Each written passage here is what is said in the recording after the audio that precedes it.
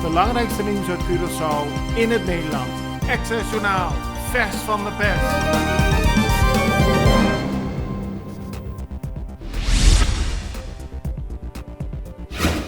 De Extra opent vandaag met het bericht dat astmapatiënten en andere mensen die problemen hebben met hun luchtwegen vandaag beter binnen kunnen blijven.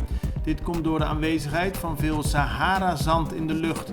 De komst van de grote wolk Sahara-zand was dit weekend zichtbaar op beelden van de meteorologische dienst. Het fenomeen zorgt voor minder zicht op grote afstand en kan problemen veroorzaken in de luchtwegen. Bij oud-werknemers van de raffinaderij, die sinds 1 januari in dienst zijn bij Cru, heerst boosheid en verdriet over het feit dat honderden mensen aan het eind van de maand hun baan verliezen. Er is boosheid over de aanpak van het ontslag.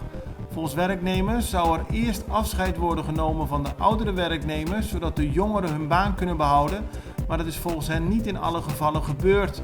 Daarnaast gaan veel mensen ervan uit dat de gesprekken met de clashgroep geen resultaat meer gaan opleveren en er daarom nieuwe partijen moeten worden gevonden om de raffinaderij over te nemen.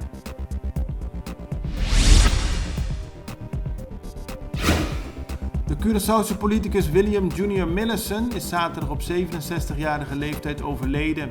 Millison was tot deze maand voorzitter van het Curaçaose parlement, maar leverde die functie in vanwege zijn ziekte. Hij bleef wel aan als parlementariër.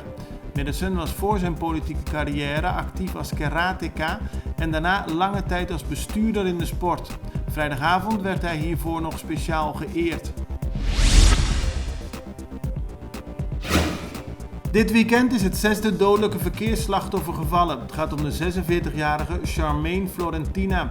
Het ongeluk gebeurde in de nacht van zaterdag op zondag iets na 2:30 op de Caminha George Willems. Volgens de politie reed het slachtoffer samen met een andere motorrijder in de richting van Ronde Klip toen een auto de weg opreed en de motorrijders geen voorrang verleenden. De motor kon de auto niet meer ontwijken en botste er tegenaan. De vrouw overleed aan de verwondingen die ze hierbij opliep.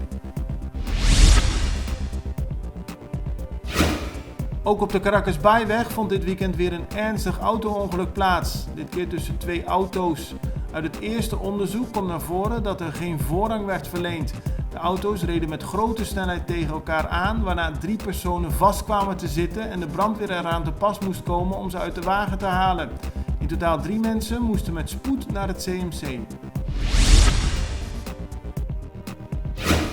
Een multidisciplinair team met onder meer medewerkers van het ministerie van Economische Ontwikkeling is dit weekend langs verschillende minimarkets gegaan. Steeds meer eigenaren plaatsen banken en tafels weer naar buiten, zodat de klanten daar kunnen gaan zitten, drinken en kletsen. Maar het is nog steeds verboden. Het team heeft de eigenaren gewaarschuwd dat ze de banken en stoelen en tafels weer weg moeten halen. Luchtvaartmaatschappij TUI gaat weer vliegen op Curaçao. Vanaf 2 juli wordt er weer gevlogen naar ons eiland. Dat is mogelijk omdat Curaçao de grenzen weer opent voor Nederlandse vakantiegangers. De frequentie ligt voorlopig nog wel lager dan normaal. Naar Curaçao vliegt TUI in eerste instantie 3 keer per week vanaf Schiphol.